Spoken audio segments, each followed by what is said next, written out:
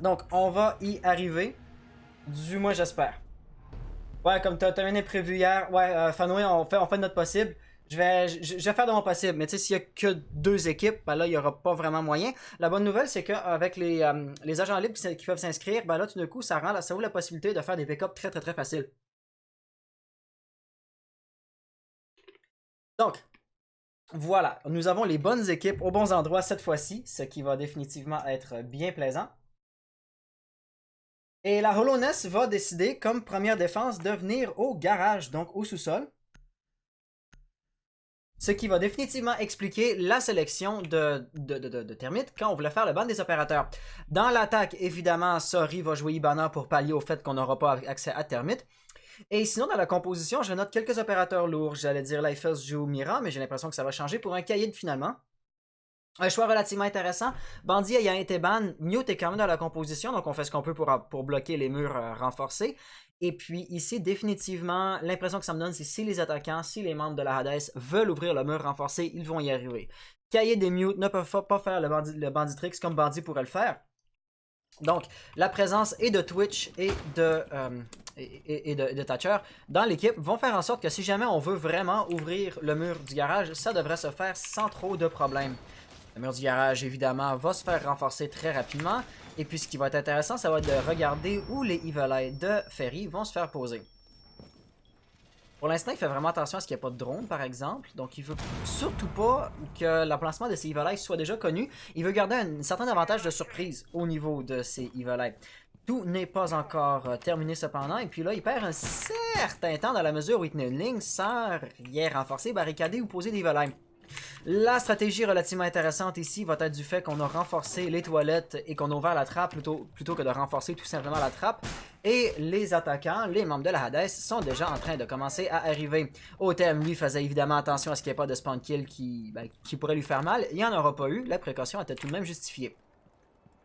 Le reste de l'équipe va être lentement mais sûrement en train d'avancer. Et puis on peut définitivement remarquer déjà que des joueurs comme Ibana et IQ et Twitch vont vouloir se rencontrer vers la porte du garage. La porte du garage, il va y avoir des brouilleurs de mute.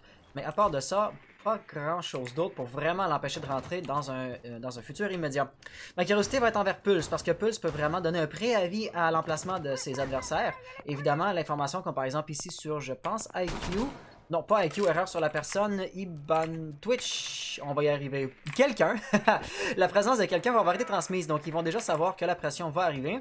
Sori est en train de tenir des lignes à la verrière, avec Fizz qui va continuer, lui, à droner. C'est Otem qui est rentré, qui est dans l'escalier du console ici, et qui va vouloir commencer à droner pour s'assurer de savoir où sont les roamers. Parlant des roamers, ici on a Castle. C'était pas particulièrement surprenant que quelqu'un allait vouloir tenir les toilettes. Par exemple, droner comme il est, il va vraiment devoir se relocaliser. Puis on peut voir au travers du mur qu'il y a quand même 3 silhouettes dans ses environs. IQ était là-bas. Il l'a vu, mais malheureusement, il n'est pas capable d'aller chercher le kill. Otam non plus ne va pas aller chercher la fusillade très rapidement. Et Dragon se dit tout simplement que c'est trop dangereux. Donc il va redescendre et revenir sur l'objectif. D'ailleurs, qu'il soit sur l'objectif, ça va être pertinent puisqu'il y a des gens immédiatement qui sont en train de mettre de la pression sur les escaliers. Tout juste, ah voilà, il l'a vu très rapidement. Donc Lucky va maintenant savoir que ça arrive de ce côté-là. Mais ce n'est pas tout. On a également Likit ici qui est en train de tenir une ligne sur l'arrière. Et puis ça également, ça va être très très très pertinent. On a, je pense, Twitch qui était juste ici. Non, IQ, je me trompe toujours de personne. Thatcher probablement, voilà. Thatcher qui est en train de mettre de la pression dans l'arrière. Et donc lui aussi, il a perdu l'avantage à la surprise. L'assaut ici est en train... pas vraiment de s'effriter, tout le monde est encore en vie en ce qui concerne les ressources sont relativement bien utilisées. Tout de même, ce qui se passe, c'est que les attaquants, les membres de la Hades ne sont pas en train de faire un réel progrès et le temps est en train de commencer à s'écouler. Ce qui, plus le temps avance, plus ça va devenir un problème majeur. La Nitro ici n'a tué absolument personne. IQ faut ouvrir le plancher. Et voilà le premier kill de la part de Loki qui va aller ramasser le premier sang pour son équipe. Sori et Letis vont faire 2 frags très rapidement, l'un après l'autre également. Sori est juste ici. Par exemple, il va avoir été repéré par Loki. Loki n'a plus sa Nitro, donc tout ce qu'il peut faire, c'est envoyer l'information. Et on va avoir Kaïd ici qui va tenter. Mais le plafond était pas destructible où il était apparemment. Bien essayé cependant. Donc en situation de 3v4 avec 20 secondes restantes au chrono, Sori va droner pour la dernière fois. Le drone va se faire saboter très rapidement. Et là, il n'aura pas d'autre choix que de juste sauter par là. Litif en train de roamer, capable de faire un premier kill. On va voir Buck qui va faire attention. Et sinon, il va se faire avoir par Litif. Situation maintenant de 1v4, ça regarde très mal. Sori par exemple a pu sauter, a réussi à faire un kill, mais s'est fait intercepter immédiatement par Ferry. La Hades va donc remporter la première round. C'était un assaut désespéré à la toute dernière seconde, mais ça aura connu un succès modéré dans la mesure où il aura réussi à faire au moins un kill.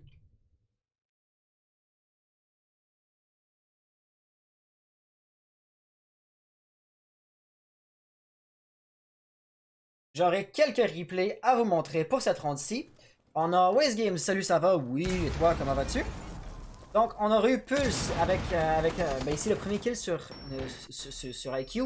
IQ qui a été un petit peu trop agressif là-dessus, qui savait pas que Pulse était là. Litif qui a réussi à faire la double par exemple, on s'attendait surtout pas à ce que mieux soit monté.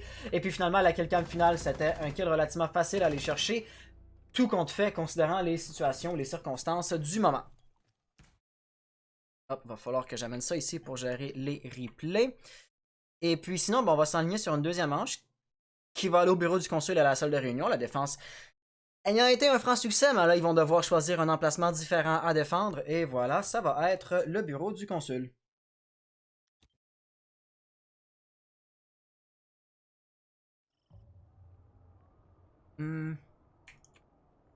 Voilà.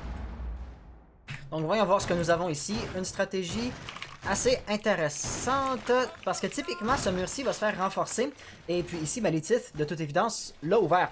Donc c'est un avantage pour un inconvénient évidemment s'ils ouvrent des lignes de vue, les défenseurs de la Hollowness vont être en mesure de tirer sur les attaquants, sur les membres de la Hades, mais les membres de la Hades vont également voir les défenseurs. Et puis on peut imaginer quand même une façon assez facile de tenir un beau travers depuis les escaliers sur un des amorceurs qui serait hypothétiquement posé derrière le bureau du consul. Donc Ferry ici, ben, que lui ou que quelqu'un d'autre veuille tenir le bureau du consul, ça va être relativement difficile et un peu dangereux. Cependant, tout n'est pas joué sur cette salle-ci. On peut voir une certaine quantité de renforcement ici sur la bombe A. Malheureusement, pas tout le mur a été renforcé. Donc un attaquant qui veut rusher, comme par exemple H ici, au thème qui semble bien parti justement pour faire exactement ça, eh ben, ça va être très faisable pour lui de juste passer par les escaliers en colimaçon, ouvrir le mur et être sur A.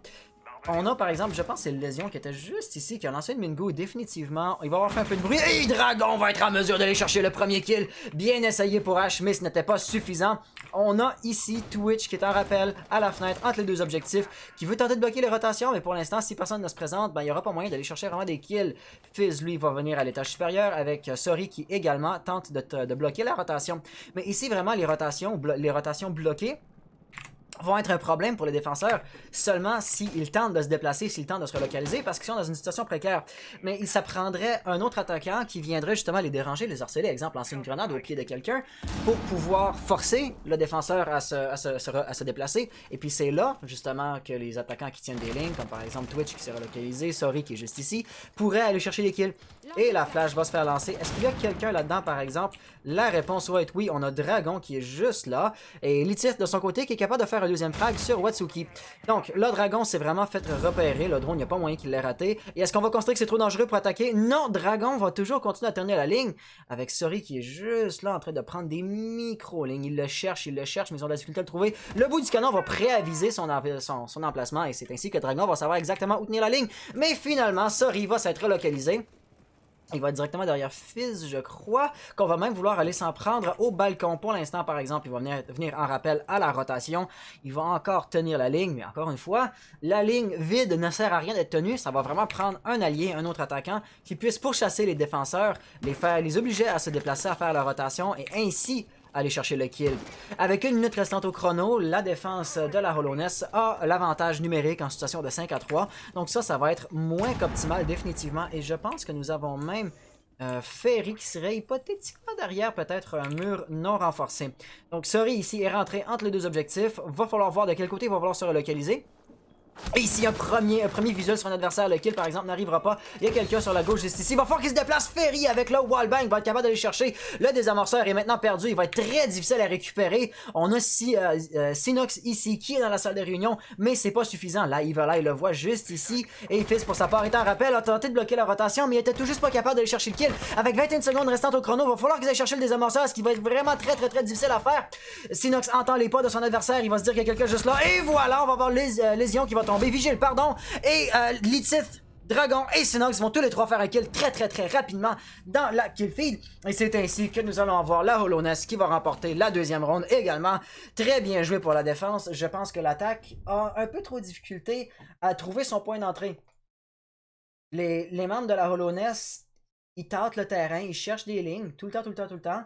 Mais ils n'arrivent pas à se dire, ok, let's go, on a trouvé notre point d'entrée, on fonce et on rentre.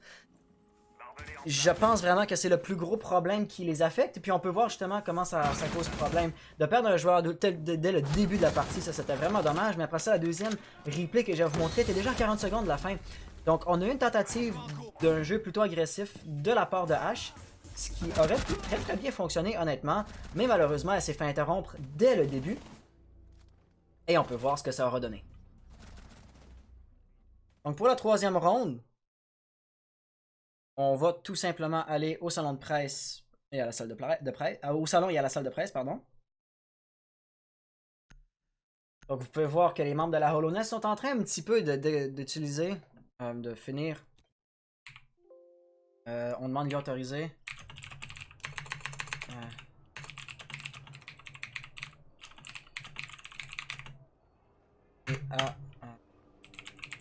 Alexander. Voilà, on me demande si Lyon est autorisé, puis moi je suis pas arbitre. Donc je ne le sais pas.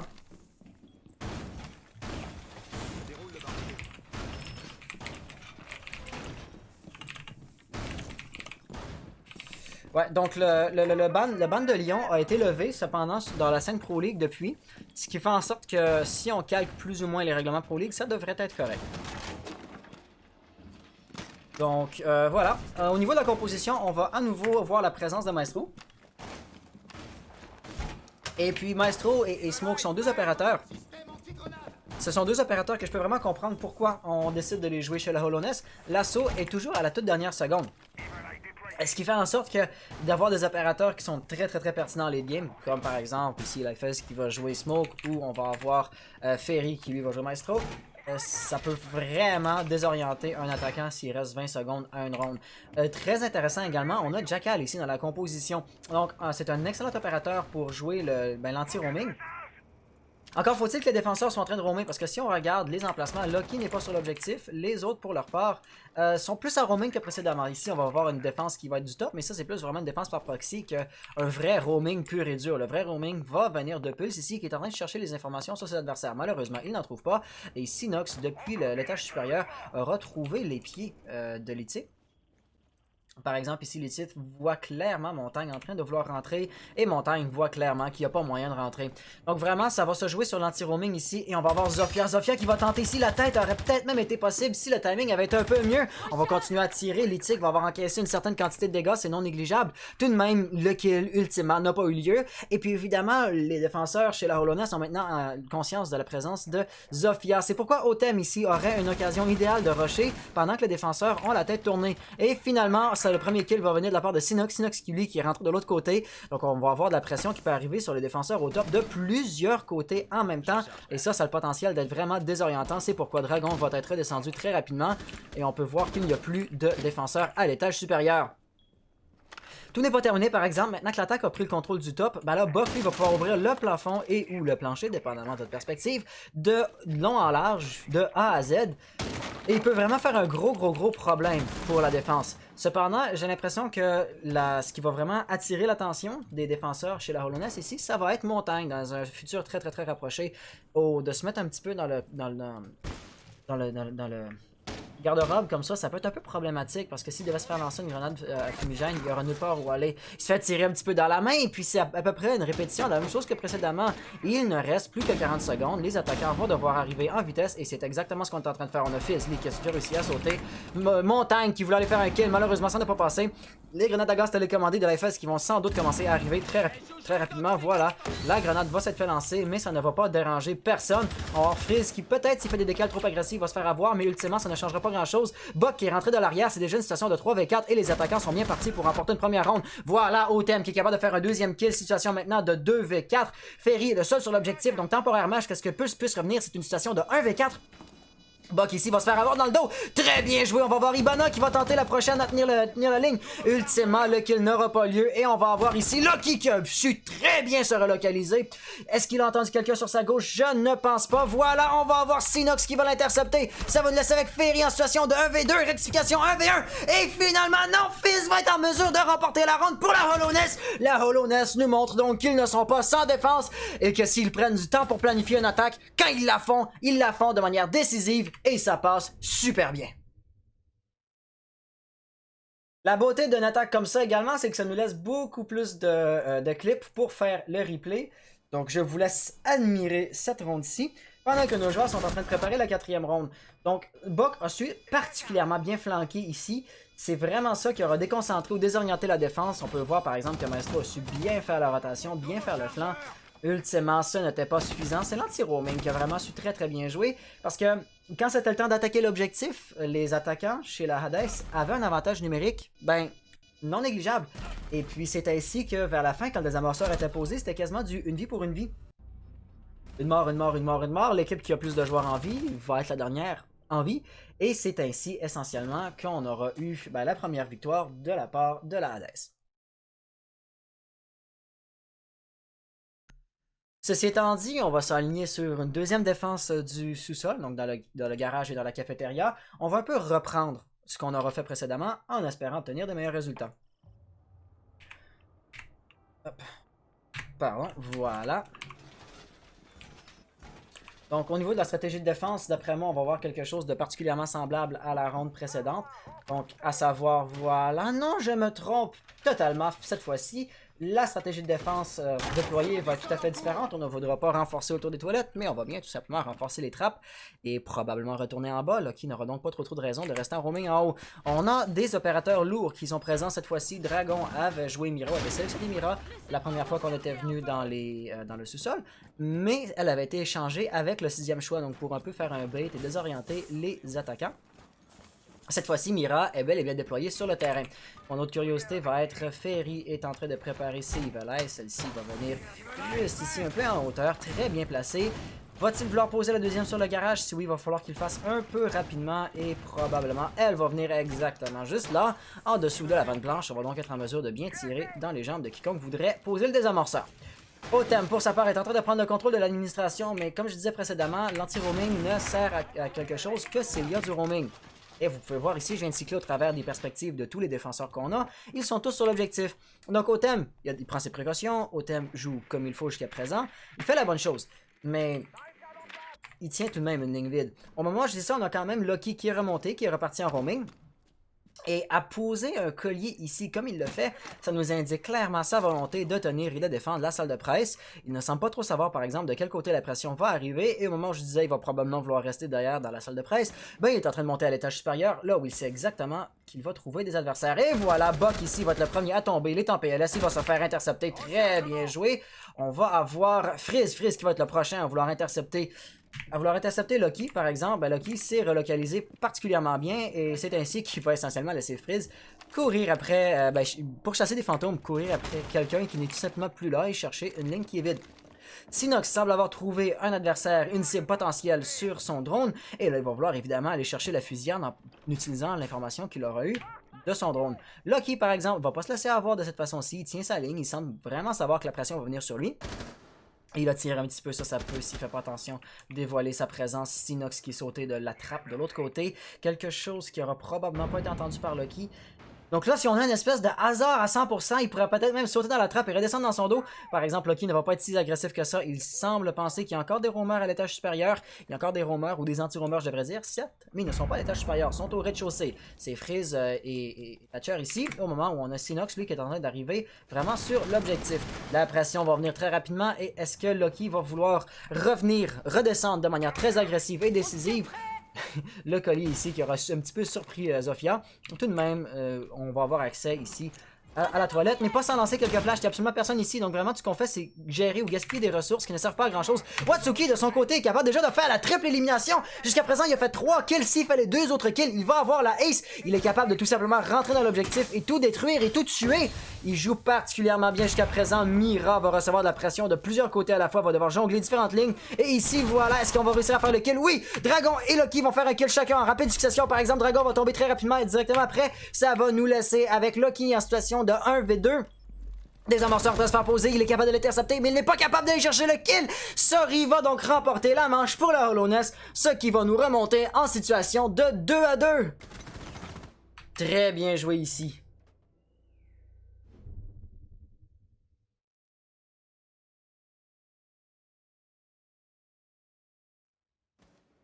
Donc, ici, c'est vraiment intéressant de remarquer comment la situation est en train de changer. Les membres de la Hades ont tout simplement trouvé qu'ils étaient en mesure d'attaquer plus rapidement et plus agressivement que ce qu'ils faisaient dans les 2 premières rondes. Et on peut vraiment voir les résultats que ça donne. On avait eu ici Thatcher qui est juste rentré, qui s'est pas posé de questions, il était solo. Il n'y avait pas particulièrement beaucoup de soutien ou d'aide de la part de son équipe, mais il a quand même réussi à aller chercher plusieurs kills. Mira a fait un frag, mais elle s'est fait refrag immédiatement après, ce qui est fort dommage pour elle. Et finalement, ben, ça nous laissait avec Jaeger, qui a su quand même bien jouer. Il est en mesure d'empêcher Hibana de poser. Poser qui était probablement qu'un bait, honnêtement. Mais tout de même, ça va avoir été... Ça va avoir eu un succès partiel. Le désamorceur ne s'est pas fait poser. Ultimement, si tu meurs, bon, ça sert pas à grand chose d'une façon ou d'une autre. Et on va retourner dans le bureau du consul. C'est la 5e manche, donc le changement de rôle va quand même lentement approcher. En fait, il reste que 2 rondes pour que la Hollowness puisse défendre, pour que la Hades puisse attaquer, jusqu'à ce qu'on ait le changement de rôle et qu'après ça, ben, ça va être une panoplie tout à fait différente de stratégies en attaque et en défense, puisqu'on aura des équipes tout à fait différentes en attaque et en défense qui vont jouer l'attaque et la défense. Je m'enfarge un peu dans mes mots, j'ai l'impression, mais on a quand même la même stratégie que précédemment, donc on va avoir ouvert entièrement le bas de ce mur-là, et puis vraiment, finalement, j'ai vu à quoi ça servait. Ferry, qui était dans le bureau du consul, pouvait tenir une ligne parfaite sur la fenêtre extérieure que nous voyons juste ici. Considérant ça, ça pouvait vraiment limiter la capacité de rush des attaquants. Ultimement, c'est quand même un talon d'Achille potentiel dans la défense, puisque, ben... tu peux voir les adversaires, mais les adversaires peuvent te voir aussi. Donc, c'est un bien pour un mal, il faut vraiment peser le pour et le contre. Apparemment, les membres de la Hollowness ont décidé que c'était une bonne équipe, et puis jusqu'à présent, je peux pas vraiment m'en plaindre ou les blâmer. Après tout, la première défense, la seule défense qu'ils ont fait jusqu'ici, ils ont réussi à l'emporter. On peut clairement voir Dragon qui est juste là, et également... Lifez qui est juste là.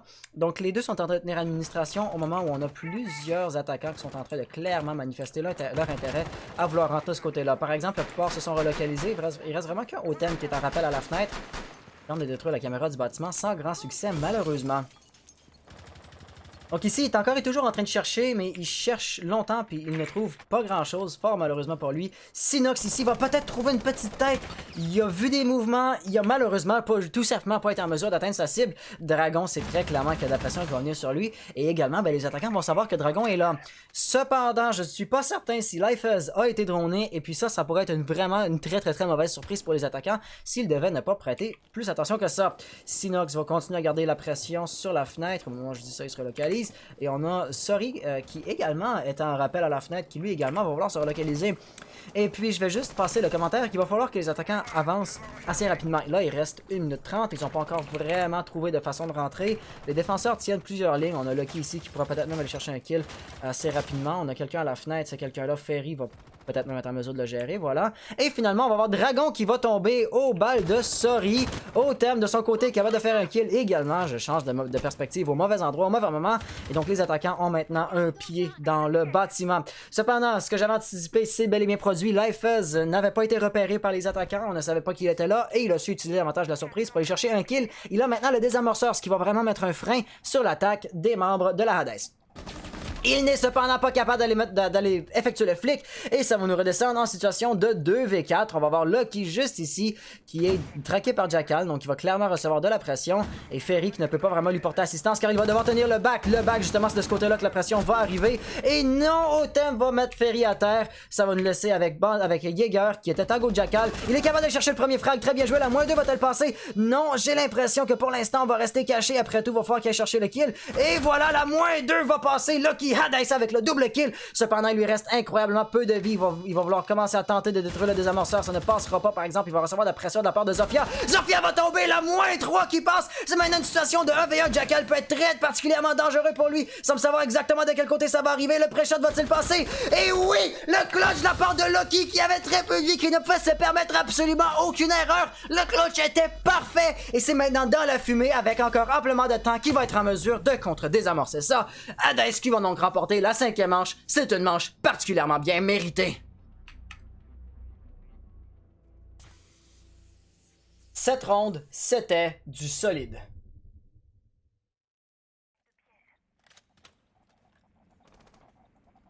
Donc on peut voir ici dans le replay, premièrement, le flic qui malheureusement n'aura pas passé. Autem a donc pu faire la -2.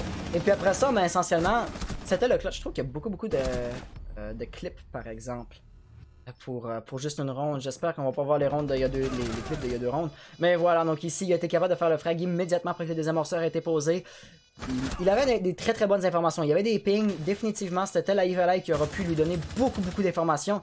Et puis, ben, savoir ses pouvoirs, ce que Lucky nous démontre parfaitement bien ici, avec une excellente -4 pour une très belle ronde. Très belle ronde.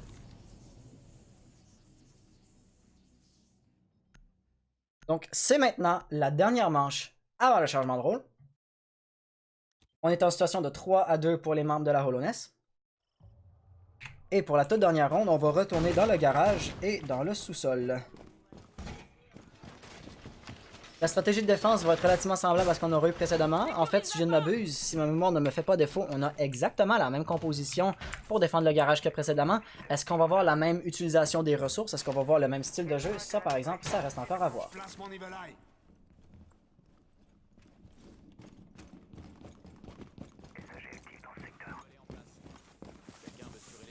Donc, ici, la question qui va toujours être un peu sur le bord de ma tête, ça va être qui va partir en roaming. Et puis on peut voir cette fois-ci, Mira a bel et bien été sélectionnée, n'aura pas été remplacée avec le 6e choix. Et puis la trappe a été ouverte et on va avoir une défense ici des toilettes. Donc très clairement, Litik, lui, va rester au top ici et il va pouvoir tenir le miroir noir que Dragon est en train de lui donner. On va voir qu'il fasse rapidement par exemple parce que les attaquants sont en train d'apparaître. Et Autem, lui, va commencer à arriver en haut. Lasmo, c'est quoi la X-League? Ben, la X-League, c'est la ligue pour laquelle je suis en train de caster en ce moment. On est compétition amateur essentiellement, sans cache-presse pour l'instant, mais il y a quand même genre un petit trophée, donc un prix on peut dire symbolique. Un trophée imprimé en 3D, c'est quand même toujours très sympathique. Et puis de manière générale, très sérieusement, c'est une compétition amateur. Vraiment, je pourrais rentrer dans le détail de long en large en quoi celle-ci est unique par rapport aux autres. Comme par exemple, les compétitions que moi je peux faire, c'est comme un samedi du début jusqu'à la fin d'une journée. Ça, c'est une compétition sur plusieurs semaines. Et puis, mais très sérieusement, compétition amateur. Si jamais tu veux participer, vu que c'est une compétition qui s'étale sur plusieurs semaines, sur 6 semaines pour être spécifique, je crois, pour la première phase de pool. Après ça, c'est l'arbre élimination. Ben là, tu peux plus t'inscrire, mais si tu veux t'inscrire pour la prochaine compétition, tu peux contacter Xandor si tu cherches juste X-League sur Twitter, tu devrais le trouver. Et ici, le premier kill potentiel qui pourrait déjà commencer à arriver. On peut voir les fesses qui tenaient une ligne, mais il n'y a absolument personne. Mute également est en train de garder la ligne. C'est vraiment pratique la SMG11, ça permet maintenant... Oh, la grenade de la part de Sinox qui a été particulièrement bien lancée. C'est d'autant plus ironique que c'est Lucky, que c'est Jaeger qui va y passer. Tout de même, le danger n'est pas écarté, on a encore Dragon. Ah, est-ce que c'est que le... Non, finalement, la... Voyons. le dispositif anti-grenade n'a pas été désactivé, donc ils ont pas lancé genre 3 flashs dedans pour le désactiver. Et après ça, la grenade a dû juste rouler, on a dû pas se rendre. Comment faire pour participer? Les inscriptions, c'est vraiment manuel, c'est organisé de manière amateur, donc il n'y a pas un site web complet ou quoi que ce soit, c'est fait à la main. Donc regardez, cherchez-le sur Twitter et contactez-le. C'est fait à la main, essentiellement. Litik ici qui est en roaming mais qui ne voit pas Otem. Otem va donc avoir un kill relativement facile. Il va maintenant avoir la porte ouverte pour descendre dans l'objectif. On peut voir qu'il n'y a personne derrière la vanne blanche, donc on va détruire le barbelé et on va continuer de rentrer. Buck est en train de mettre de la pression, mais ultimement, en dessous de lui, il n'y a absolument personne. Vraiment, les défenseurs restants, il reste à voir où ils sont. On a Dragon qui va garder la ligne sur la trappe, mais ultimement, il va se présenter face à Watsuki qui va être en mesure d'aller chercher un beau kill ici. Ferry, pour sa part, derrière le miroir noir, a vu son adversaire rentrer, mais ce ne sera pas suffisant. Et on a les fesses qui, lui, va essentiellement tenir les rotations. Ça vient de sauter directement en face du miroir nord, on va sortir, et oui, Sinox va y passer. Le désamorceur cependant est encore en possession de Sorry qui va probablement vouloir très rapidement rentrer et commencer à poser le désamorceur. Donc les attaquants restants, tout ce qu'ils ont à faire, c'est essentiellement tenir la ligne. Mais ce n'est pas ce que Watsuki va faire, il va prendre la ligne, il va essentiellement tenter la décale et ça ne passera pas fort malheureusement pour lui. Est-ce qu'on va être en mesure d'aller chercher le kill? Otem de son côté capable de faire un frag, et non, le désamorceur a été posé, oui. Otem est en situation de 1v2 et ça ne passera pas. Son dernier adversaire évidemment est en PLS, donc Ferry a, pour toute raison pratique, fait le clutch, va être en mesure, voilà, d'aller chercher le kill et de détruire le désamorceur. On peut la faire en ayant 13 ans? Je pense que oui. Et voilà, la Hades qui va donc être en situation de 4-2 pour le changement de rôle.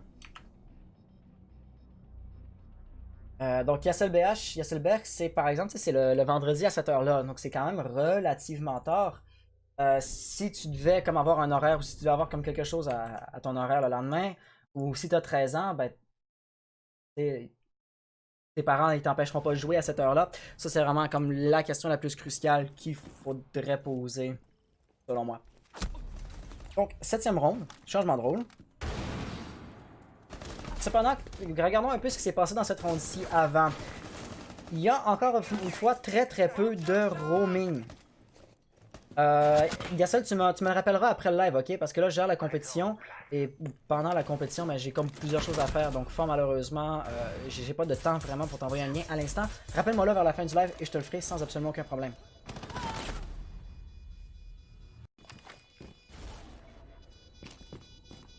Et donc voilà, une fois que le désamorceur avait été posé, évidemment, face à la Evil Eye, c'était très facile d'aller chercher le kill. Et c'est ainsi que la Hades se retrouve en situation de 4-2. Maintenant, ça va être leur tour d'attaquer et de nous montrer qu'ils sont capables de remporter des attaques parce que définitivement... la Hollowness, pardon, parce que les membres de la Hades ont beaucoup plus de difficultés à attaquer. Fait intéressant, eux vont choisir le top comme premier emplacement de défense. Et deuxième fait intéressant, ils vont avoir Rook et Doc, deux opérateurs très lourds qui vont vraiment vouloir maximiser la vie des joueurs dans l'équipe. Mira, Echo, Kaïd, ce sont des opérateurs lourds mais qui ont un gadget qui a une certaine valeur tactique. Alors que la valeur tactique de Rook et Doc, c'est juste avoir plus de vie et ne pas mourir. Pas de soucis si c'est le vendredi. Ok, donc ça déjà, pour ton horaire, c'est une bonne nouvelle. La première question, c'est toujours, est-ce que je suis disponible au niveau de l'horaire pour participer? Donc pour toi, la première étape apparemment va être franchie. Puis évidemment, c'est pas des joueurs qui sont inscrits en solo, ce sont des joueurs qui ont des teams. Et donc il faut juste faire attention à ça également. Mais voilà.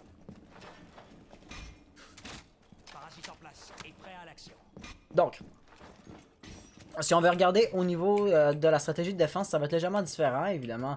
Le mur ici ne va pas être ouvert de A à Z. Tout de même, la rotation dans les toilettes va également être présente et va être tenue par Fizz qui lui va avoir deux dispositifs Jaeger en plus d'avoir un parasite de la part de Mozzie. On va voir un peu, donc c'est vraiment intéressant de regarder des opérateurs différents qui vont arriver et à l'attaque et à la défense, comme par exemple Litik qui va jouer Nomad, c'est quelque chose qu'on n'aura pas vu une seule fois lorsque c'était les membres de la Hades qui attaquaient. Là, il fait ici, il va tenir une ligne, il va se demander est-ce qu'il y a quelqu'un, et pour l'instant, oui, il y a quelqu'un qui ne semblerait pas avoir été droné. Sinox n'aurait définitivement pas les mouvements ou le comportement de quelqu'un qui a été repéré par son adversaire. Donc pour l'instant, on va supposer qu'il a encore l'avantage de la surprise. Au moment où j'ai dit ça, par exemple, le drone l'a vu, donc il va devoir tenter une rotation et ça va être particulièrement dangereux. Tout ce qu'il va faire, c'est qu'il va rester à l'administration puis qu'il va continuer à forcer les attaquants à venir le chercher. Il sait très clairement qu'on a Zofia juste là. Zofia qui va tenter justement de le déloger avec un succès bon, plus ou moins variable. Pour l'instant, Ferry n'a absolument aucune façon de le voir. Donc tout ce qu'on peut faire, c'est tourner des lignes et tenter de le trouver. La bonne nouvelle, c'est qu'il a été droné, donc évidemment, il faut qu'il se relocalise une, deux fois. Sinox qui s'entête à rester en vie. Et voilà, ici. Non, sa faille n'a pas passé, mais il va être vivant. On va voir Doc qui va vouloir continuer à tenir la ligne. Et non! Loki va être en mesure d'aller chercher le kill. Les attaquants sont donc maintenant dans l'administration. Deuxième ligne de défense, ça va être Sinox. Sinox qui a encaissé quelques dégâts, mais qui a encore la majorité de sa vie. Tout de même, il sait que la pression va commencer à arriver. Donc là, il y a quelqu'un sur sa gauche en rappel à la fenêtre. Il y a quelqu'un sur sa droite en rappel à la fenêtre. Il y a quelqu'un sur sa gauche qui va être en train de commencer à arriver. Il a ouvert un trou de rotation avec sa percussion. Il vient d'entendre la Mingo qui vient de se faire lancer. Et il va tout simplement continuer à tenir la ligne. Il attend juste qu'on vienne le push. Surtout s'il est capable d'aller faire le frag sur Ibana, ce serait le porteur du désamorceur. En plus, Ibana, au niveau de son gadget, est plus ou moins VIP. Quoique, je pense pas que l'attaque ici de la Hollowness va vraiment être axée autour de l'ouverture des murs renforcés. Et les drones sembleraient l'avoir loupé. Donc on va voir Zofia ici qui va arriver avec une confiance totale, mais qui ne savait pas qu'il était là.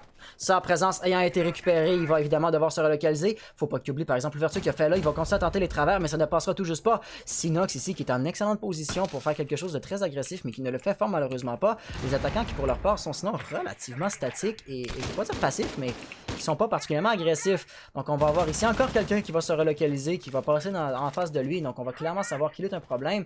Et il y a quelqu'un sur sa gauche qui va faire la rotation. Sinox avec la double élimination. Il savait qu'il y avait un deuxième joueur. On a une Mingo dans les pieds. Et voilà, la -3 va-t-elle passer? Il est pas capable de chercher le kill avec son arme principale. Il va sortir le pistolet. Et oui, la -3! Hades a donc perdu le désamorceur. Autumn est capable de faire un quatrième kill. Donc le quatrième pour l'équipe entière. Ça, on le laisse avec Dragon en situation de 1v4. 3 secondes restantes au chrono sans désamorceur. Ça va être très difficile à faire. Et oui, la Hollowness, grâce à Freeze, va remporter la 7e manche. La Hollowness qui nous montre que défendre, peut-être que c'est un peu plus facile qu'attaquer sur cette map-ci. Et donc là, voilà, étant donné que l'équipe orange avait plus de points précédemment, mais là, avec le changement de rôle, le pointage risquerait de venir se rééquilibrer. Voyons voir ici les replays que nous avons. Donc, tout ce que je peux dire ici, c'était Lésion a particulièrement bien joué. On a Night Dome... Knighto F Mix. Knighto F Mix, je l'ai probablement mal prononcé, vraiment désolé pour ça. Yo, bonjour à toi, comment vas-tu? Un très beau fin ici de la part de Lésion avec la -2. Finalement, il n'y avait plus vraiment de balles dans son arme principale dans la T5, donc il l'a fini au pistolet, mais ça a parfaitement bien passé.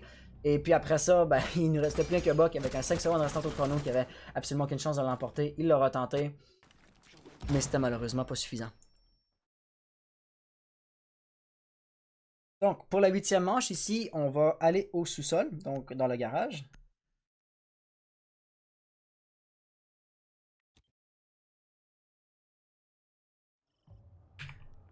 Et la composition va être celle que vous voyez ici. Beaucoup d'opérateurs lourds, la présence de Kaïd, de Echo et de Mira m'indiquent qu'ils vont probablement vouloir jouer le temps. Avec la ronde qui vient tout juste de jouer, c'est définitivement une décision tactique qu'on peut vraiment comprendre. Ils vont venir renforcer les trappes et on a encore une fois des opérateurs qui sont faits pour renforcer les murs et pour protéger les trappes, surtout avec Newt et Kaïd.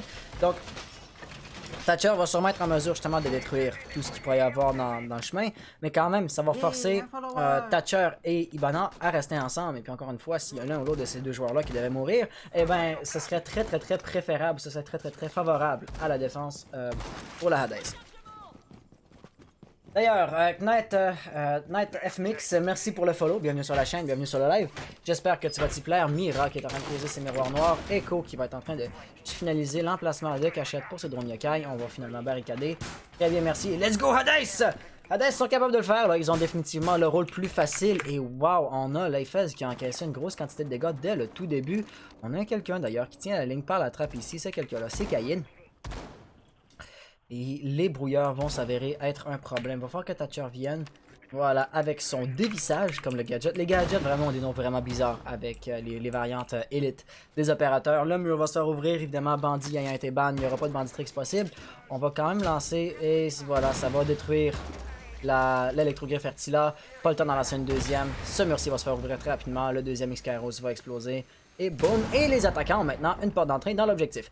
Il faut quand même être en mesure de prendre la ligne. Et voilà, Loki avec le premier kill sur Freeze. La Hades qui va donc perdre un joueur en premier lieu. Ce qui va définitivement pas aider avec leur défense. Autumn, pardon, qui lui va être en roaming. Quelque chose de relativement intéressant avec Sori.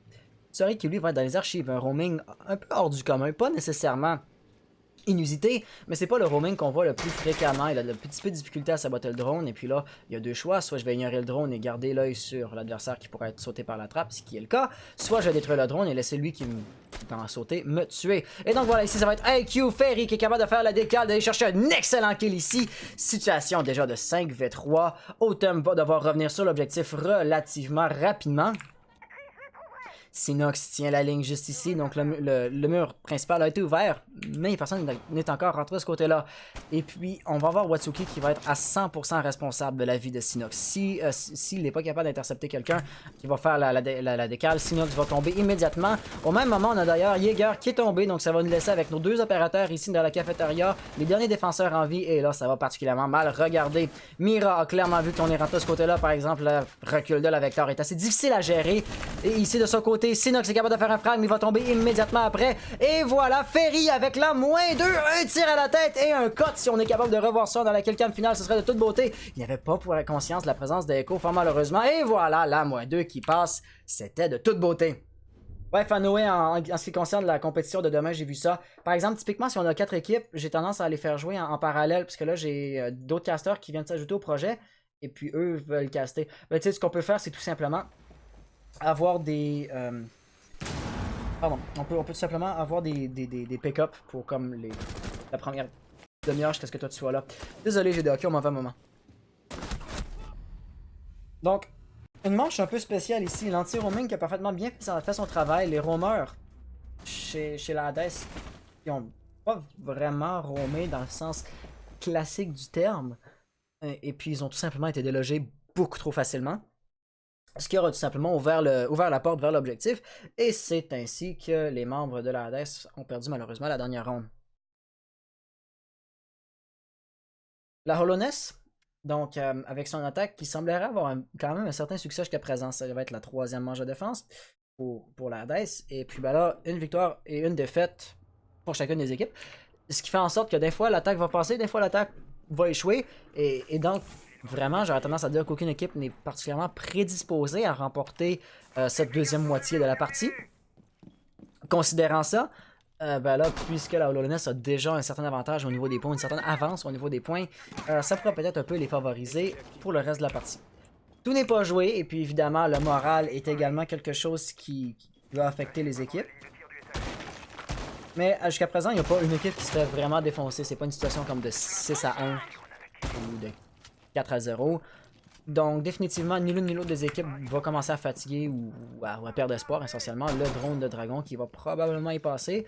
Quoique Autumn a un petit peu de difficulté à le trouver. Et voilà. Non, Autumn ne l'a pas vu. Autumn n'a pas vu le drone de toute évidence. Ce qui est un peu dommage pour lui.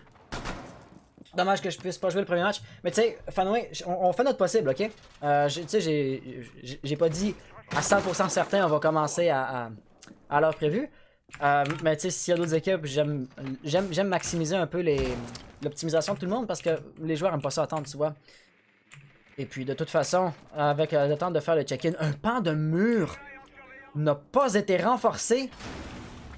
À ce niveau de jeu-là, j'ai la difficulté à penser que c'est carrément une banale erreur.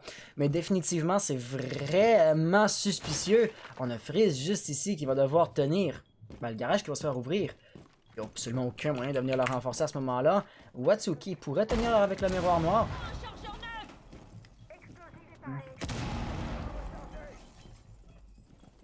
Faudra quand même changer parce que tu te trompes à chaque fois. Vector, je suis pas certain de comprendre le sens de ton message. Tout de même, le garage ici qui a été ouvert, finalement, c'était vraiment juste une question de temps avec ce mur-là, il passe essentiellement. Et on va avoir ici la pression qui va commencer à arriver sur le garage par la porte ouverte du garage. Donc Mira va être juste derrière son miroir noir, Kayed va être un petit peu couché, un petit peu plus à droite. Et puis définitivement Vector, je suis vraiment curieux de connaître le sens de ton message. Sorki de son côté qui est capable d'aller chercher un premier kill. Et puis ça va être intéressant. Lifeus qui va être capable d'intercepter. Voilà le roaming. Donc une vie pour une vie. Situation de 4v4.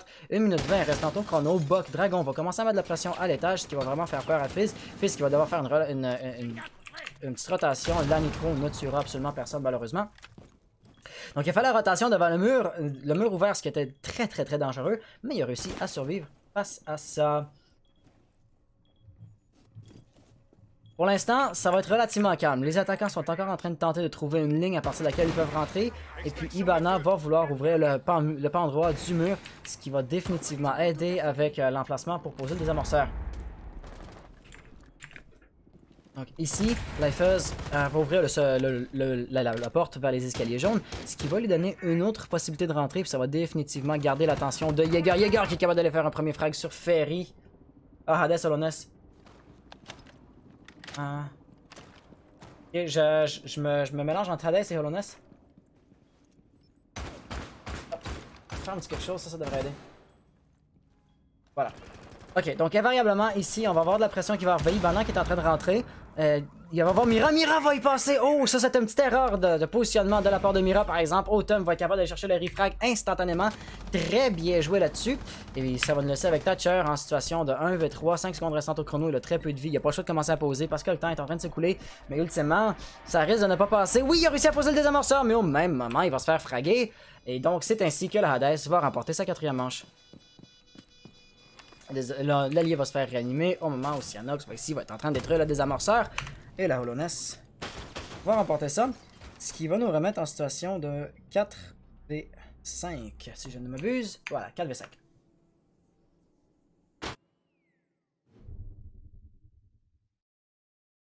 Ah, ok. Ah, les noms sont inversés. Ok, facile à faire. Update. Voilà, problème réglé. Ah, merci pour ça. Ouais, je m'étais trompé un peu là-dedans. Il a voulu dire ça. Ben là, maintenant c'est réglé. Mon erreur, ça c'est vraiment mon erreur. Il n'y a aucune excuse pour ça.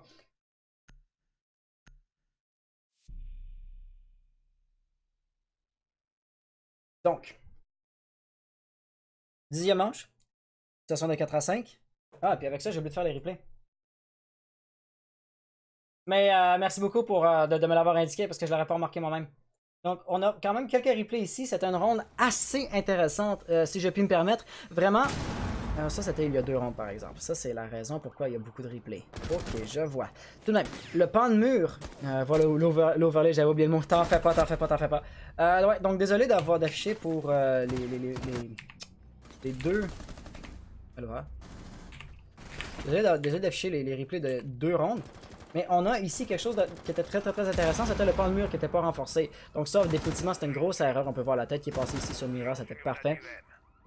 Et puis, bah, essentiellement, des rondes très étranges. J'ai vraiment de la difficulté à trouver la stratégie maîtresse, la stratégie directrice. Et puis, de toute évidence, ça a fonctionné. Après tout, la défense a passé parfaitement bien. Mais c'est tout de même une méta assez, si je puis me permettre, surprenante. Donc, on s'enligne ici pour la 10e manche. Encore une fois à l'étage supérieur. Donc, au console.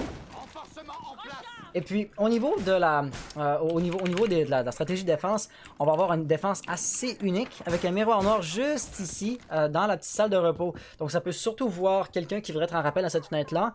Et puis le deuxième miroir noir qui peut être un peu dangereux pour se relocaliser entre un et l'autre des miroirs noirs. Mais quand même, Sori va clairement vouloir tenir l'administration.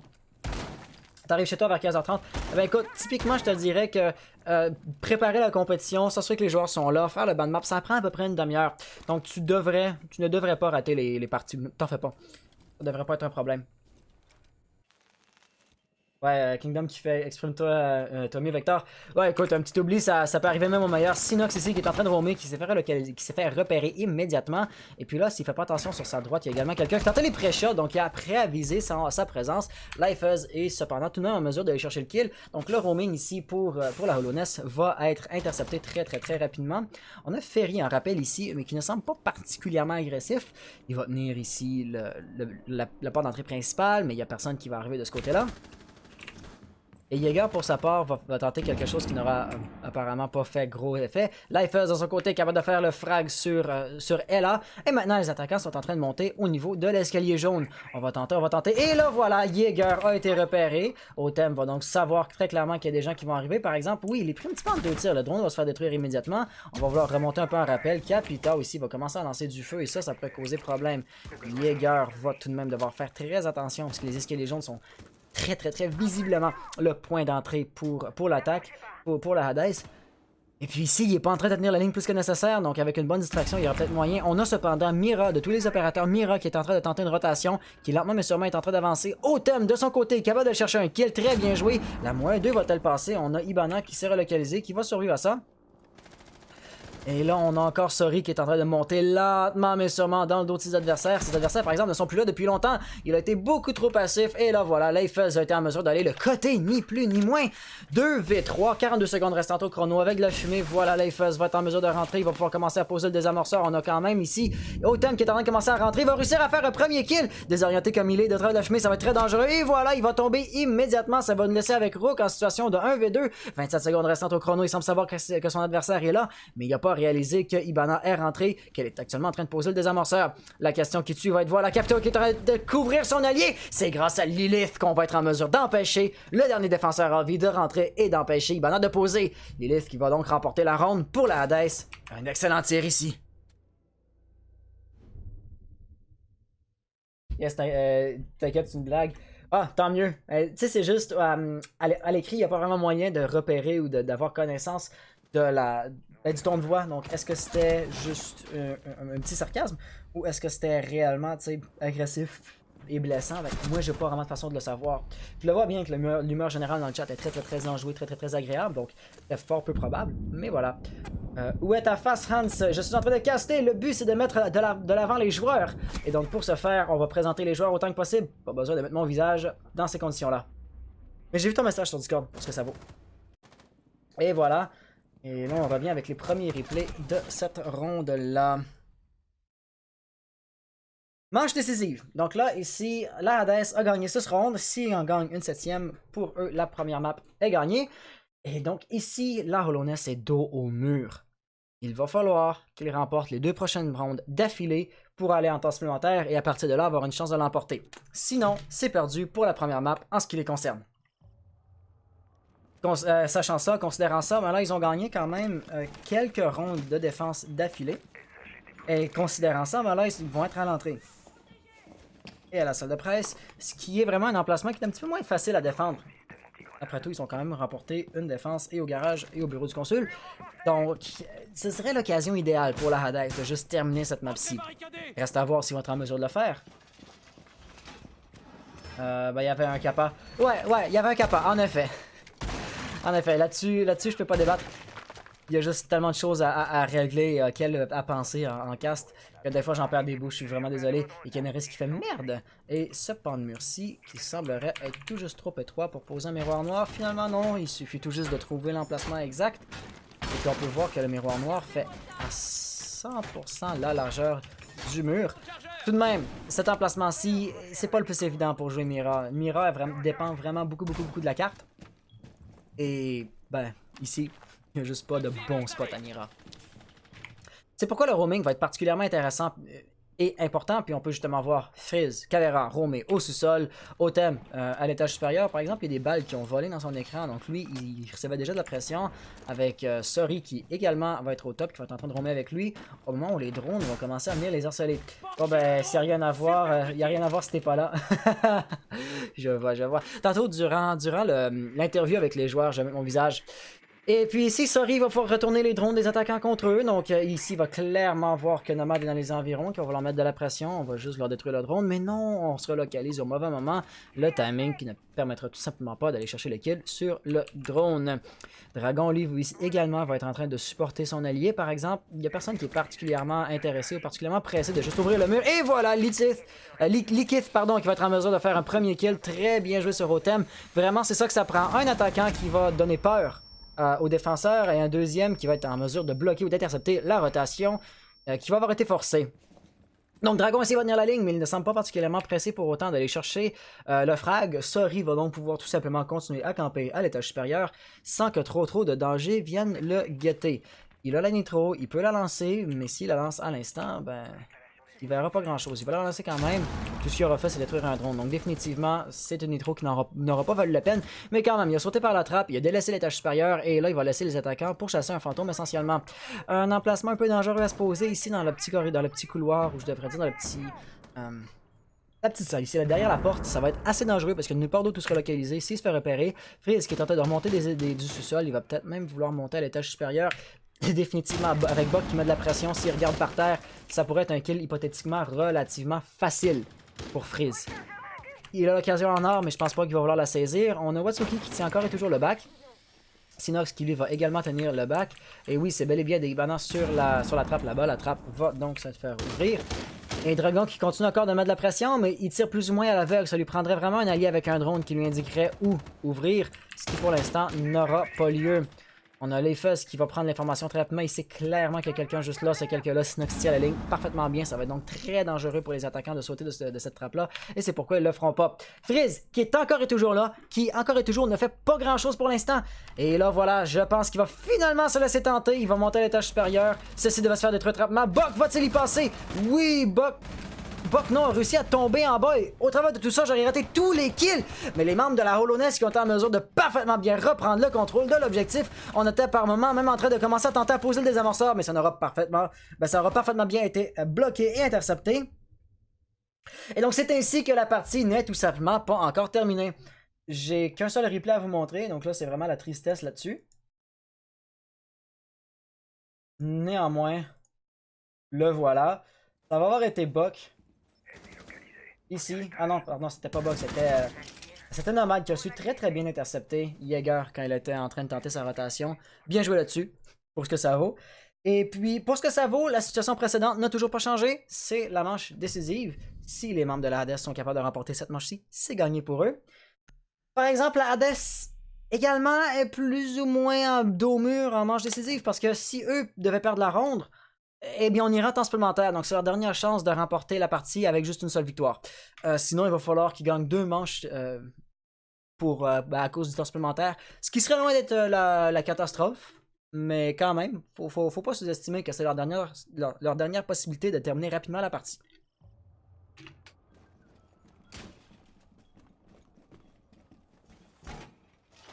Et ils vont aller en emplacement. Ici, les membres de la Hollowness qui est quand même assez facile à défendre. Donc, la Hades va peut-être avoir de la difficulté à attaquer cet emplacement-ci.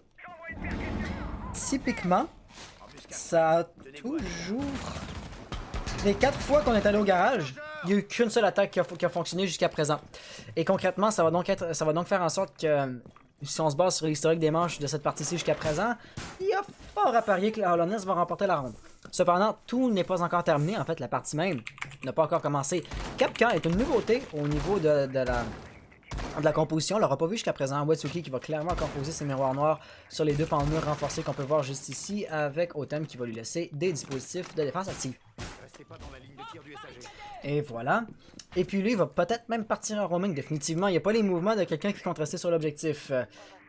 Va-t-il poser un système de défense active ici dans le local électrique? Non, il lui en reste plus, visiblement. Et Freeze va possiblement venir se poser derrière les miroirs noirs dans le but d'utiliser son ACOG pour avoir une meilleure portée que ce que Ibana pourrait avoir. Cependant, que ce que Mira pourrait avoir. Au moment où on prend la perspective de Ibana, après tout, les Fuzz, lui, est clairement en train de commencer à se préparer à mettre de la pression sur le mur. Le mur du garage qui ne sera pas renforcé ou défendu plus que nécessaire. Il n'y a pas de mute, il n'y a pas de caïd, il n'y a pas de bandit dans la composition. Donc, rendu là, Lucky a juste mal utilisé son gadget. Et puis, dans une certaine mesure, ce que ça m'indique, ou ce que ça me dit, c'est qu'il y a un certain manque de droning. Le dernier Xkaios en bas à droite qui apparemment aurait mal ouvert. Ça, c'est fort dommage. Mais c'est ça, il y a eu un petit manque de droning ou un petit manque de prise d'information s'ils n'ont pas réalisé, justement, quelle est la composition de leur adversaire. Soit ça, soit Thatcher n'a tout simplement pas pensé. Et puis, ça aurait été des grenades IM qui auraient pu être mieux utilisées ailleurs, comme par exemple les Mingu. On peut pas vraiment les voir, on peut pas vraiment les repérer. Donc, il faut juste accepter que quand tu rentres, tu vas encaisser des dégâts, mais tu vas survivre, donc faut faire avec. Ben là, Thatcher aurait été en bonne posture, justement, pour tout simplement détruire toutes les Mingu qu'il aurait pu y avoir, là où on allait vouloir attaquer. Ceci étant dit, ben là c'est ça, ça n'aura pas eu lieu. Et Dragon, après avoir ouvert une grosse quantité du plancher de la salle de repos, ben, s'attend clairement à recevoir de la pression. Otem va juste là tenir la ligne, au cas où justement il voulait redescendre au sous-sol pour aider ses alliés avec l'attaque. Apparemment, ce ne sera pas trop le cas. On a ici Sori qui est capable d'aller chercher le premier kill, très bien joué à lui. Et d'ailleurs, le désamorceur est à l'extérieur. Ça, c'est quelque chose qui devait peut-être être une erreur de communication au niveau des membres de l'équipe. Sori qui est capable d'aller chercher un deuxième kill. Double élimination de la part de Sori. Très bien joué. Les deux attaquants qui sont juste ici sont vraiment susceptibles de se faire avoir de la part de Otem s'il fait quelque chose de bon ou s'ils font juste se déplacer vers l'objectif sans prêter attention. Nitro se fait lancer. Sinox est capable d'aller chercher un autre kill. Ça nous laisse déjà en situation de 2v5. Ça va relativement mal regarder pour les membres de la Hades. C'est pas encore terminé, un 2v5 c'est encore possible. Et s'ils sont capables de le faire, ça va être spectaculaire et de toute beauté. Tout de même, avec 40 secondes restantes, il va falloir qu'il fasse ça relativement rapidement. Ferry n'a toujours pas le désamorceur. Dragon va tenir des lignes. Il semble vraiment s'attendre à ce que quelqu'un vienne lui mettre de la pression. Ce quelqu'un-là, ça va être Otem qui s'est pris justement une mine. Une lance air jab, donc Dragon va maintenant être en situation de 1v5, situation critique. 25 secondes restantes au chrono, va-t-il nous faire la ace?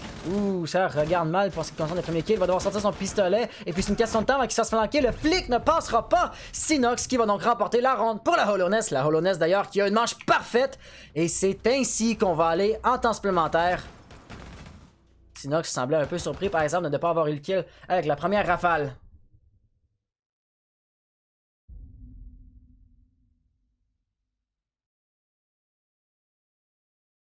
Voilà.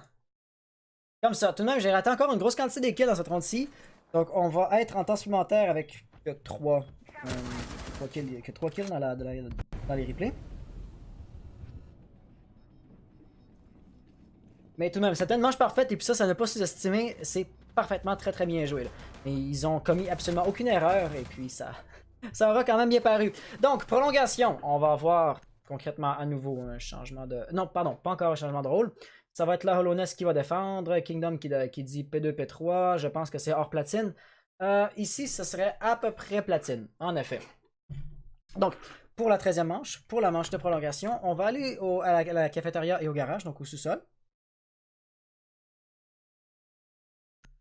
Et puis, considérant justement que la Hollowness vient tout juste de faire une manche parfaite en défendant le garage, ben là ici ils sont particulièrement bien placés pour remporter une première ronde, une première des deux rondes que ça leur prend pour remporter une victoire en temps supplémentaire.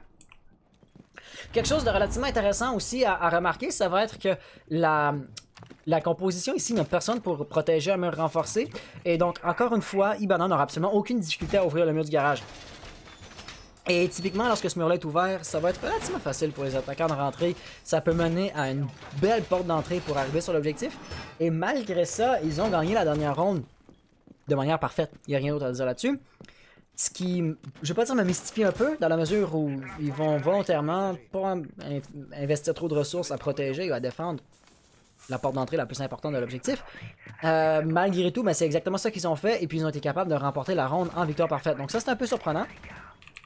Et puis ici, la composition va être à peu près pareille. La seule différence que Watsuki va jouer Maestro, donc on n'aura pas de mur en nord de Mira.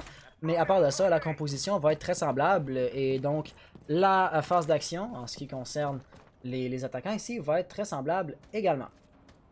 On va avoir Ibanan qui va immédiatement vouloir commencer à ouvrir ça. On a quand même Lucky qui va encore envoyer des grenades IM. Ce qui va donc encore indiquer qu'ils ne connaissent pas particulièrement bien la composition de leur adversaire. Parce que, au risque de me répéter, il n'y a absolument personne qui soit en mesure de protéger ou de sécuriser un mur renforcé. Donc voilà, je ne vais pas recommencer à répéter toute l'explication que j'ai mise tout à l'heure, mais tout de même, ça parle d'un certain manque de drones. On a Fizz ici qui a lancé une Nitro apparemment, qui n'aura pas été en mesure de chercher le kill. Il voit très clairement qu'il y a quelqu'un juste là, et puis il pourrait s'attendre à recevoir de la pression à la trappe, et c'est pourquoi il n'est pas seul à défendre les archives. On a également Sinox avec lui. Pour l'instant, par exemple, il va falloir que les attaquants sautent, et je ne pense pas que ce soit dans leur priorité. On a Ferry qui tient les lignes, on a Pulse ici qui était venu tenter de faire des petites fusillades. Il n'y aura pas atteint personne malheureusement, le drone va se détruire instantanément. Et les attaquants vont commencer à l'agresser. On a par exemple ici Jaeger qui voulait revenir en roaming. Ferry n'aura pas été en mesure cependant d'aller chercher le kill là-dessus. Et on a l'un des attaquants qui a même réussi à sauter. Deux des attaquants sont maintenant descendus. Et donc la pression va arriver très rapidement. Fizz Je sais pas s'il a réalisé que le mur à côté de lui se faisait ouvrir, mais pour l'instant, il est encore définitivement sur son capteur cardiaque. Et ici, essentiellement, ça va venir sur Sinox. Sinox qui se détourne toujours au dernier moment. Et finalement, non, c'est Dragon qui va être en mesure d'aller chercher le kill. On va donc avoir Freeze qui lui va savoir qu'il se fait encercler. Est-ce que les attaquants ont conscience de sa présence, par exemple? J'en suis pas certain.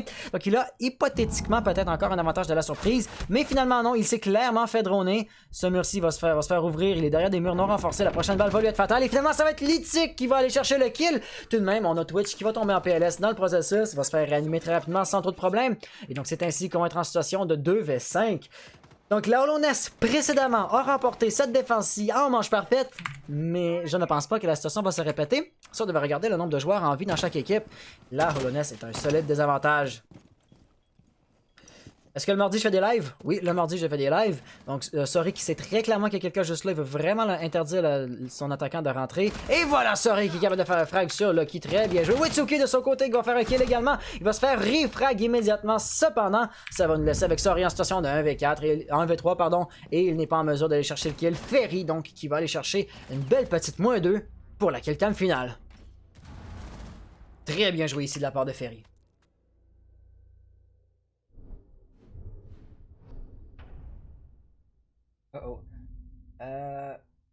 Comme ça. On va avoir une coupe de replay pour cette ronde-ci. Des beaux replays d'ailleurs. Donc il y a eu une belle agressivité de la part de Hades cette ronde-ci. Et puis c'était vraiment beau, de la part de la Hollowness, pardon, de la part des attaquants cette ronde-ci, c'était vraiment beau à voir.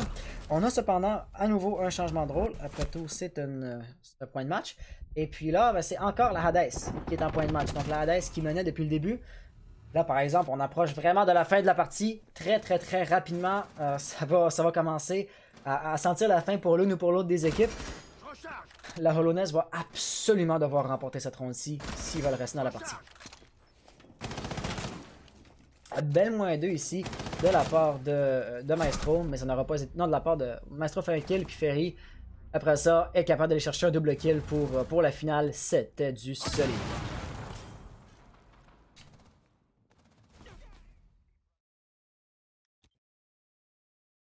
Donc, 14e manche, possiblement la dernière, va se jouer au bureau du consul. Et puis la composition ici va être assez intéressante. On a pour la première fois, lorsque la Hades défend, Doc dans la composition. C'est quelque chose qu'on voit particulièrement rarement. Et puis on va voir ce que ça va donner. Oh bordel D, ok, au mauvais moment, c'est jamais cool. Et on va voir ce que ça va donner parce que ça parle vraiment d'une volonté tout simplement de rester en vie.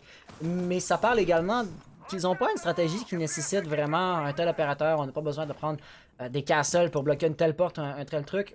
Les Fuzz semblent se dire qu'on va tout simplement la jouer au kill. Et Doc, définitivement, c'est à ça qu'il va exceller. Il a une excellente arme. Je commence à quelle heure? 17h. Heure du Québec. Dragon qui va encore et toujours jouer Lésion. Lésion qui peut être particulièrement pratique pour savoir de quel côté l'assaut va arriver. Et d'ailleurs, on se rappelle à quel point, je pense que c'était même Dragon qui avait joué le roaming, justement, dans l'administration. Puis il avait été en mesure vers la 5e manche, je pense, de particulièrement bien empêcher les attaquants de rentrer. Il a fait la -2, il n'avait pas été repéré. Après ça, un beau petit flanc, il a fait la -3, c'était parfait. Les Fuzz, pour sa part, est en train de tenir la ligne ici. Les attaquants ne sont pas particulièrement pressés de rentrer dans l'objectif. On va commencer à droner. Sorry, il va vouloir garder son drone en vie, puisqu'il y en a un deuxième juste ici qui va pouvoir prendre l'information sur Dragon, qui va pouvoir indiquer qu'il est juste là. Et définitivement, on va voir, les attaquants ne sont pas dans... ne sont pas en posture pour vraiment attaquer l'administration. D'après moi, c'est pas leur intention. On a Sinox juste ici qui va tout juste voir, voilà, un kill va-t-il arriver? Oui, mais on a Lucky ici qui est en PLS. Donc le kill, on peut dire qu'il aura eu lieu. Mais Doc va pouvoir assez facilement venir le réanimer parce que définitivement, réanimer ce joueur-là à la main, ça va être particulièrement dangereux.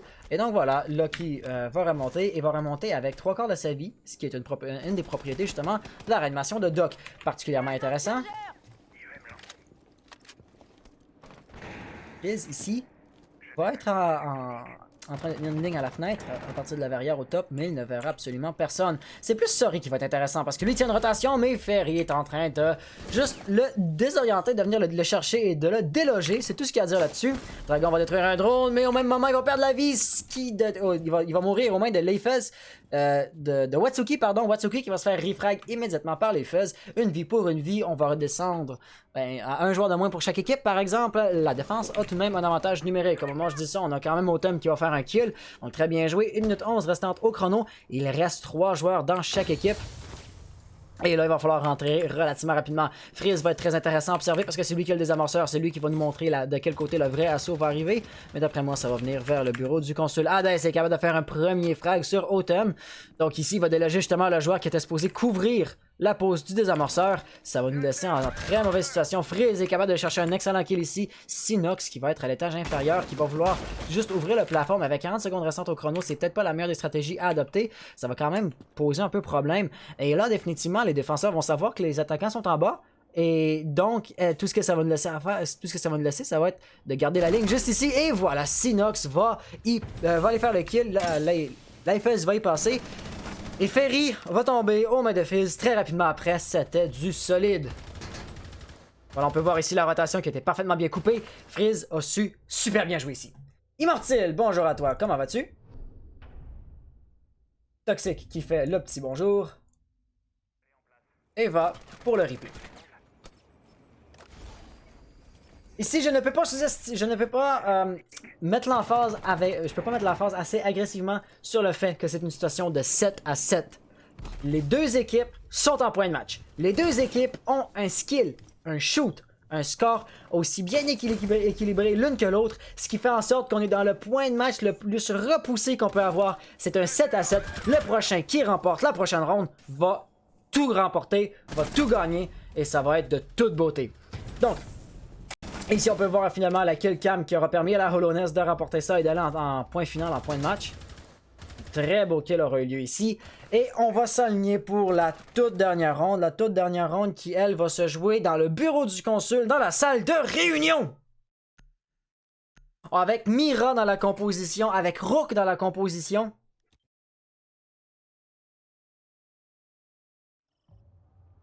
Et on va avoir ici une composition assez intéressante. C'est surtout Mira qui va m'intéresser. Parce que, encore une fois, on ne met pas trop des miroirs noirs sur les objectifs même dans ces compositions-là, dans ces équipes-là. Mais bien vers le back, on va vraiment vouloir mettre les miroirs pour empêcher les attaquants d'arriver à partir de l'administration. Donc ces murs-ci vont être particulièrement importants à renforcer. Et puis Sinox va probablement venir porter, justement, donner un petit peu d'assistance pour protéger ou pour empêcher quelqu'un de juste rusher la Mira ou peu importe qui va être derrière ces miroirs noirs-là pour les tenir. Si on veut regarder un petit peu plus loin de ce côté-là, les toilettes ne seront pas renforcées plus que nécessaire. Au moment où je dis ça, on a Frizz qui va s'atteler à la tâche. Un seul pan de mur va avoir été posé sur... un seul panneau mural va être renforcé ici. Et puis, la portion du mur la plus importante n'a toujours pas été renforcée. Sinox va venir et va changer ça immédiatement. Ouais, à Clobus, aujourd'hui, là, je casse pour la X-League, donc il n'y aura pas vraiment moyen d'être en train de streamer genre pour jouer à 17h. Puis j'ai probablement arrêté ou jouer pas très longtemps après ça. On a tout de même Thatcher ici, Lucky Hades, qui va tenir la ligne à partir de la fenêtre. Et va-t-il être en mesure d'aller chercher un premier kill apparemment? Non, Sinox encaisse une grosse quantité de vie. Et puis l'opérateur lourd à 3 points d'armure, c'est Rook et non pas Doc, donc il pourra pas guérir son ami. Mais il est quand même en mesure d'aller chercher un premier kill sur Lifez. Très bien joué, c'est Ibana qui va tomber. Et avec le désamorceur, ni plus ni moins, un opérateur qui était particulièrement important de fraguer. Il aurait pu assez facilement également détruire les miroirs noirs de Mira, mais finalement ce ne sera pas le cas. Ferry qui semblait chercher si le plafond était destructible pour une raison ou pour une autre. Et là vraiment, si j'étais à la place des attaquants, je me dirais comment on peut faire pour déloger Mira. Vous voyez clairement qu'il n'y a pas de dispositif Jaeger dans la composition. Ah non, il y en a juste là. Donc ça n'aurait pas pu passer. Le drone Twitch va être en mesure de saboter le miroir noir. Donc ça va être une très bonne nouvelle. Mira va devoir se relocaliser, mais il est capable d'aller chercher le kill sur Ferry. Très bien joué, ça va nous laisser en situation de 3v5. Deux attaquants qui sont déjà tombés, qui sont déjà morts. Ça regarde assez bien pour la Hollowness cette fois-ci. Lithic donc qui a récupéré le désamorceur qui va monter un rappel sur le toit. Les attaquants qui sont encore en train de chercher un point d'entrée sur l'objectif. On a Lucky qui veut bloquer les rotations à partir de la verrière, mais descendre en rappel là-dessus, ça va être beaucoup trop dangereux. Donc avec 1 minute 27 restant au chrono, ils vont se relocaliser vers la partie ouest du bâtiment, vers le bureau du consul. Cette caméra-là va se faire détruire assez rapidement. Et on va voir, est-ce que c'est Mute juste ici dans l'escalier de sortie. Lui, il va être la pièce maîtresse de cette défense-ci parce qu'il va vraiment devoir empêcher les attaquants d'arriver.